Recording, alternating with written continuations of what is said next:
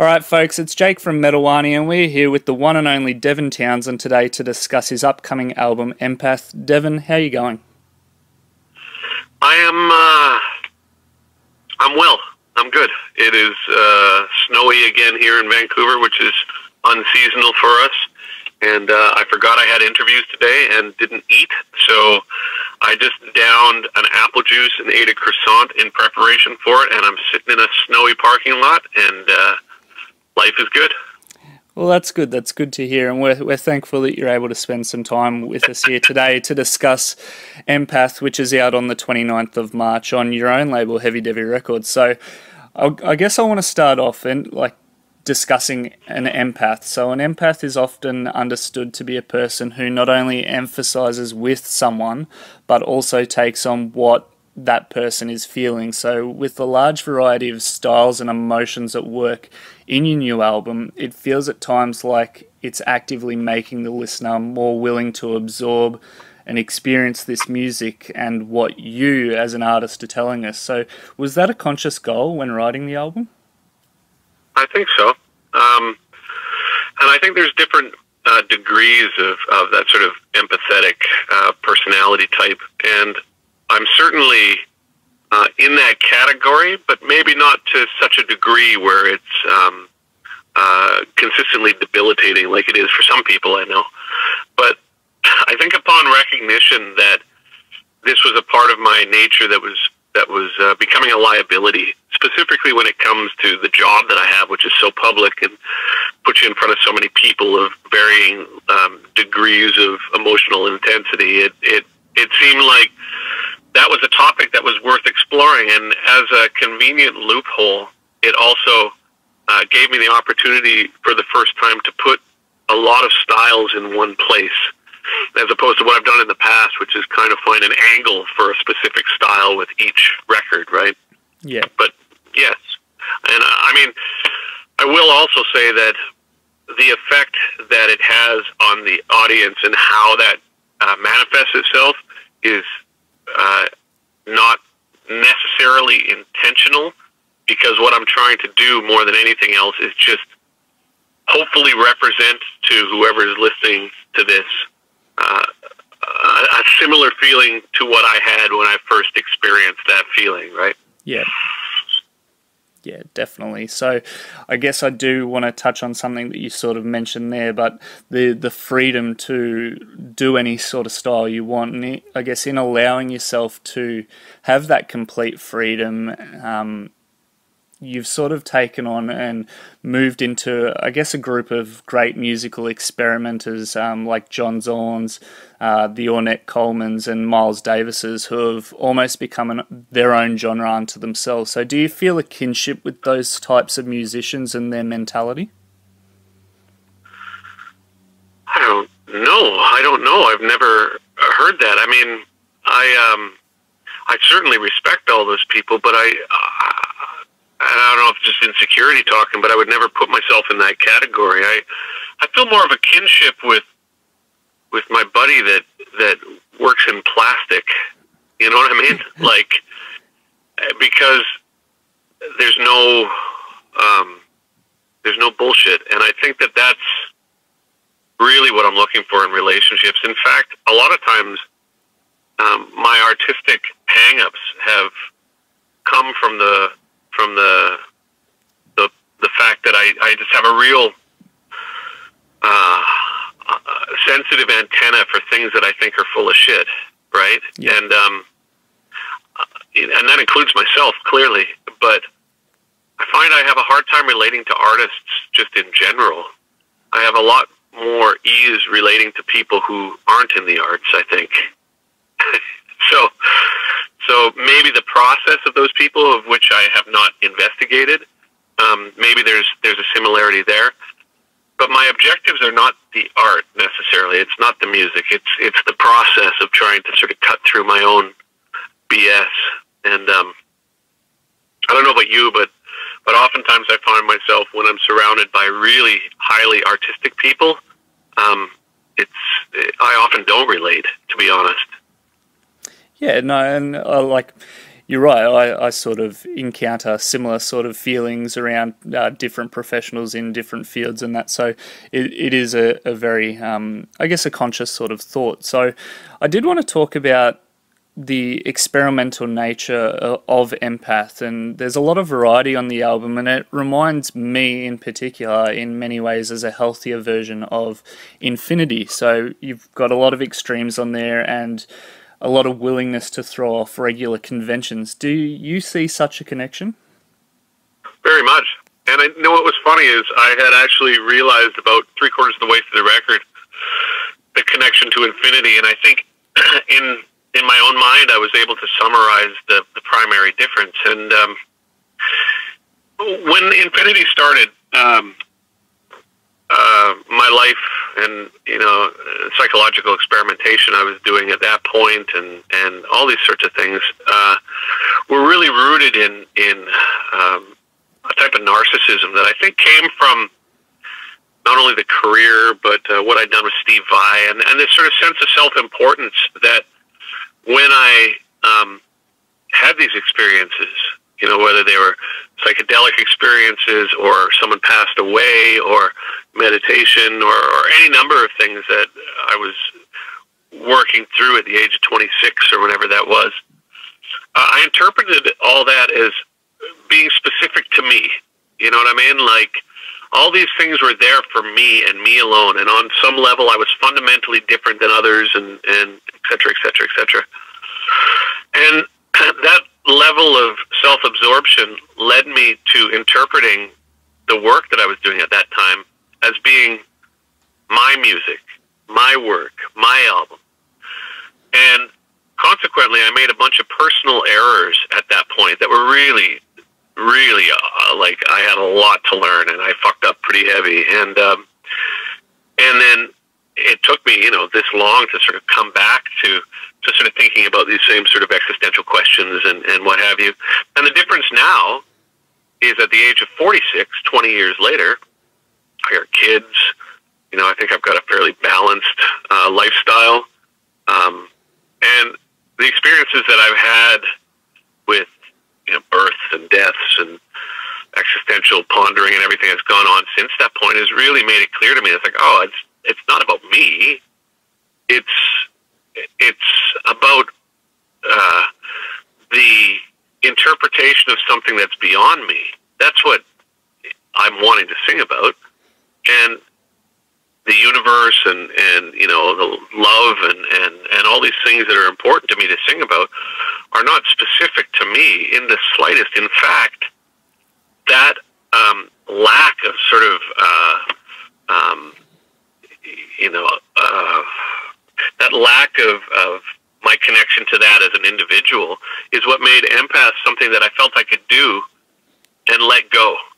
So at the end of the day, I would just let it go, and exercise or meditation or family or Christmas or ups and downs of life, it really benefited the same process that led Infinity to something that was unhealthy to make Empath something that, although complicated, I think has a trajectory to it that's very healthy. Yeah. That was long-winded. Holy Christ, sorry about that. No, that's all good. That's actually a really good insight, and it's probably a good time for me to get off the philosophical stuff and go to more of the technical side of things now. So I guess it's an impressive album. You've got a very large number of parts, you've got a large number of stylistic changes, but there's also been a large number of musicians from around the world helping to contribute to it, including, I know that you've had 3 drummers. So what was the logistical approach to getting the album made, and what are your plans for performing this new material? Well, fortunately, I had my now buddy, Mike Keneally, involved with this, and he acted as like an additional hard drive for me. And so in a lot of ways, while I was trying to figure out the logistics of this record, which, as one would imagine, were extensive, to have somebody that was that sort of creatively free and that pleasant of a guy to be around and that technically proficient really allowed me to have a sounding board for the logistics that I value and valued greatly. Every other project that I've done, typically, I end up wearing a ton of hats, right? Like, I'll produce, and then I'll mix, and I'll write, and I'll engineer, and I'll edit, and I'll book the flights, and I'll book the hotels, and I'll get the food, and I'll cook. You know what I mean? It's like, which is all well and good, but at a certain point when your vision exceeds that on a practical level, you're just shooting yourself in the foot. So Mike, being somebody that I could say, look, dude, this is what I'm planning. Do you have any suggestions on that? He could say, well, why don't you consider, we could do it all together. It's just a number of sort of practical ideas that really helped. And then that sort of mentality, I think, extended to the whole process where, for example, as opposed to hiring one drummer and have him go bananas trying to do the job of three specific drummers, I was like, that adds a type of tension to this that I want to avoid as well.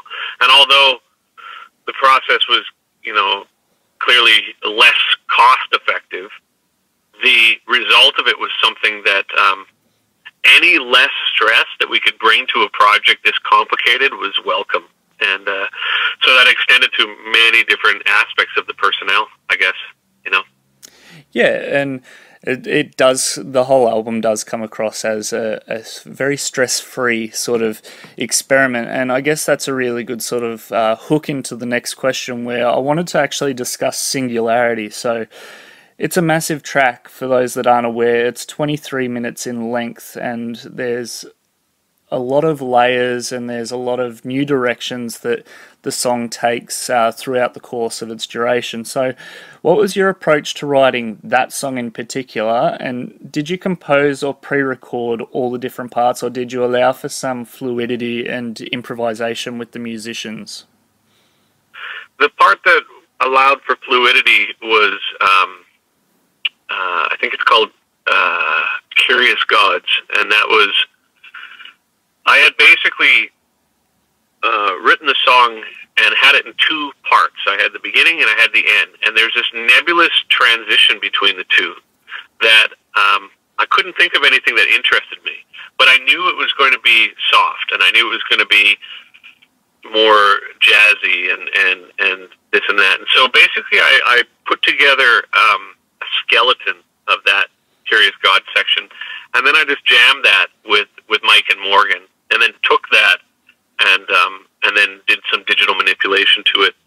But other than that, I mean, frankly, it's the way that I write tends to be pretty quickly and completely, at least on this record. And so I because of just the limitations of my computer, I can't have that whole 23-minute long track in one session. And even if I did, just the stylistic differences between tracks would have made that session just so unmanageable that what I did instead was I split it up into 6 sections that I then glued together and kept in mind while I was working on each section how the beginning and the end transitioned into the other pieces. But I write really quickly. Writing is rarely the problem for me. I can spend something like a week writing Singularity and then spend a year trying to make it work. You know what I mean? Yeah, definitely. So this album it's quite a mix of like heavy and soft. So it sort of feels like you're trying to push the boundaries of the extremes on both ends of the spectrum. How long have you been wanting to do an album where you can do that? Well, if that's how it comes across, I'm not surprised, but I would also be quick to say that that wasn't an intention. I just wrote, and then as I wrote upwards of, say, 35, 40 songs, the ones that I liked best, I just tried to find ways for them to work together. And in the beginning of this process, that was really difficult. I couldn't figure out how you would do that. To have something that's like musical theater, like Why, and then something that's like a throwback to Strapping and like the sort of death metal style drums on Hear Me. Yep. I was like, there's no way this can be on the same record. Until one day I was like, or you could just put them one after each other and just say, fuck it. And that's what I ended up doing. And I didn't realize up until that moment that the only thing that had prevented me from doing that in the past was just this sort of sense that you're not allowed to do that, which is absurd. Yeah, definitely. So was the freer writing, the freer method of writing and recording Empath the method that you're going to continue to work within the future? So finding the right people to do each thing, or multiple people to do the same thing at different parts of the album, or is this more of a release of what you've wanted to do and you see yourself forming a more traditional band eventually down the line? I have no idea. I mean, every record, its identity is certainly attached to what the process for it is, and I think with this one, I think for this one, after a little bit of searching, the identity of Empath started to become more and more unequivocal, and I was like, okay, well, it's a massive project. It involves a massive amount of people, and the end result is going to be a lot of sort of binary emotional experiences, and I'll just commit to that. But the process for Transcendence was completely unique unto itself, as was Ziltoid, as was Ghost, as was Ocean Machine or City or Alien or any of them. They've all got an identity that I think, in order to actualize the music in its most pure form that I feel I can, you just have to figure out what it wants and then do that. And that's going to be the same for the future, I'm sure. Yeah, cool. All right, final one for you, Devin. So your vocals on this album are equally extreme, so pushing the far and the soft end of the spectrum. It sort of really pushes your voice further than ever in both directions. So do you spend a lot of time on vocal exercises and warm-ups in order to keep your voice in good shape during the recording sessions, or do you spread the recordings out more than the other instruments in order to maintain consistency and strength? Well, I mean, I've always been a hesitant and begrudging vocalist. So I would say, of those two options, spreading it out is typically what I do. But on this one, I did something a little different in that usually I don't spend much time or energy thinking about the vocal session. I usually just have a microphone beside my keyboard and I just sing. But this one, I wanted to sort of devote a little bit more of a special experience to it. So I booked a studio that was really nice and had set up a date for myself that was going to be like my vocal day. And I was going to do 2 or 3 days of just vocals. And, and I got in a really fancy microphone and went through the best preamp that I could and all that stuff that I've never done. I always just kind of bash it into a SM7 because I've got very little respect for my vocals, I think. But this time it was almost a part of the process. I really wanted to try and, if not reverse that, at least start to address it. And by going into the studio and doing it like that, I think that it inspired maybe a different quality of vocals that I'm actually quite proud of. Yeah, very well said. Devin, thank you so much for your time. Empath is out at the end of March on your label, Heavy Devi Records, so we look forward to getting our hands on a copy when that comes out. Thanks for the interview, brother. I'll talk to you soon.